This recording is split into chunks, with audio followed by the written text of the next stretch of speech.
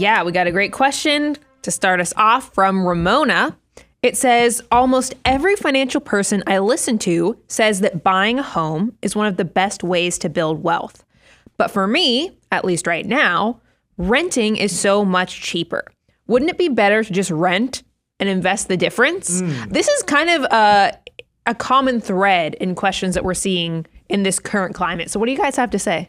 Yeah, I think this one's really interesting. And there, in my view, there is one word that this question hinges on. And the word was, wouldn't it be better to just rent and invest the difference? And I think the answer to your question, Ramona, depends on how you define the word better. It depends on what outcome you're looking for. Because I think we've lived in this world where it has been drilled into us that home ownership is a must. It's the only way to wealth. You have to own a home. You have to own a home. You have to own a home.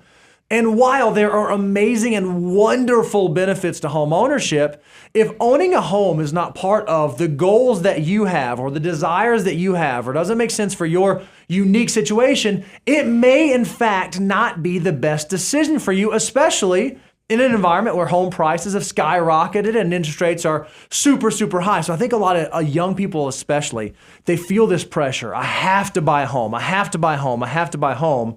I don't know that that's an appropriate and accurate pressure that everyone necessarily ought to feel. Look, I want everybody to know, and we're about to do a net worth by age show that will confirm this.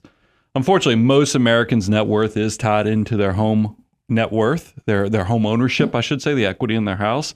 So home ownership is good, especially historically. However, we are in a moment where underlying value is somewhat disconnected from the timing, the ebb and flow of what things are worth. Value is disconnected from price in the current market. And let me give you some stats to set the table on this. And 47 out of the 50 largest U.S. metros, the average cost of buying a starter home, which is less than 2 bedrooms, is $2,959 per month. So $3,000 a month on average for a start. That's a lot of money. I know that when I bought my first house, my mortgage was not $3,000 a month. It gets even, but take this context. That is 64% higher than the cost of renting in those 47 out of the 50 largest metro communities. And then if you look at how that compares to the previous year, that's 36% more expensive than it was even a year earlier. So this is a problem. I love home ownership, but timing does matter. And if value is disconnected from what you're receiving from renting, then I think the question being asked actually has some merit to it. And I think, Brian, tell me if you agree with this. I think when it comes to home ownership, specifically talking about your primary residence, my opinion, it's not always purely a financial decision. A lot of times we make the decision around primary home ownership based on other circumstances. Where do I want to live? What kind of family do I want to have? What do I need to be able to do those sorts of things? And it's less about, am I buying the absolute best house at the best price at the perfect best time?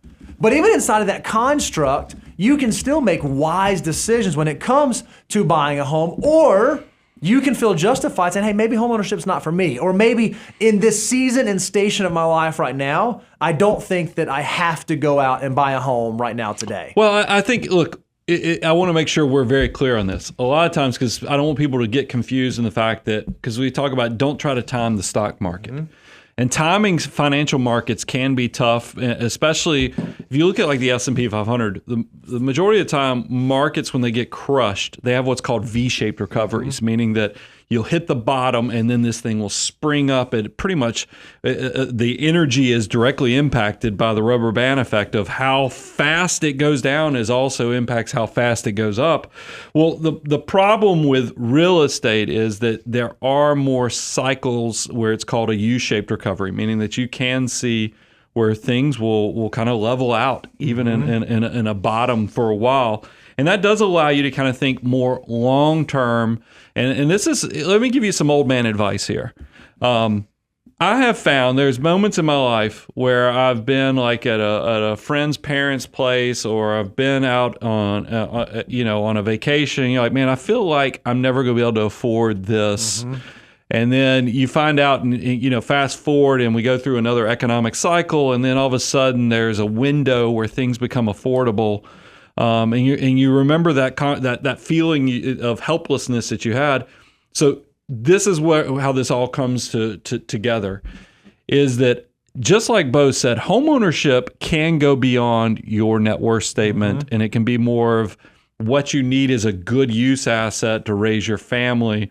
But that doesn't mean you shouldn't pay attention to what the value and cost of things are right now. But I would encourage you, start having the field vision to think about, where do I want to be 5 years from now? Where do I want to be 10 years from now? What does that life look like?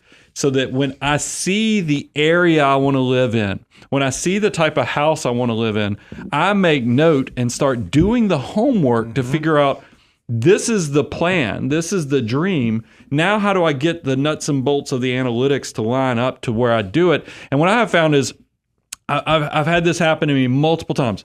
You will be able to spot, because we'll give you the tools, we'll give you even the website to go check it out, to go figure out how this pertains to your personal financial life. But you've got to do the preparation. That's what luck is. Luck is at the intersection of opportunity and then value and all the other variables that come into it, hitting at the perfect time. But what if, because you've been through this too. Yeah. We've done it with commercial real estate, we've done it with residential. What can somebody who figures out, yes, I want to buy a house because this is a more lifestyle decision that will be good for raising a family, setting roots in this community so I'm not so transient. How does somebody do that well? Yeah, we actually have a resource you can go check out. Go to moneyguy.com/resources. Not only do we have a home buying checklist that will walk you through the things you ought to think about when you buy a home. What's going on in that market? How long can I be here? What's my job security? What's my family situation like? It will walk you through the things that you ought to think through. But we also actually have a tool out on the website. Again, moneyguy.com/resources. A home affordability tool. When you put in your information, it'll say, hey, here's how much home you can afford. Here's how much house you ought to think about buying given what's going on in the current market. And then you'll have to make the assessment, okay, if I know this is how much I can afford, and I know that these are the thoughts I need to work through on my checklist, does it make sense for me to move into this transaction? And if it doesn't make this sense, and this is what Ramona was saying, hey, maybe it makes more sense that I just rent and invest the difference, I think that's okay. I don't think you have to necessarily feel that bad about that, because you would rather wait on making such a huge life decision than rush into it and make a giant life decision in a very poor manner. Yeah, and look, if your goal is to own a house in that community in the next 3 to 5 years, start making the actions. Rent, but save the difference. And then that way, when all of a sudden we have some type of adjustment in the marketplace, interest rates go down, or some opportunity presents itself, or you get a big promotion in your cash flow, you're in a completely different financial situation. It doesn't always have to be waiting for the market to crash. It might be your situation improves. You will be ready to capture the moment.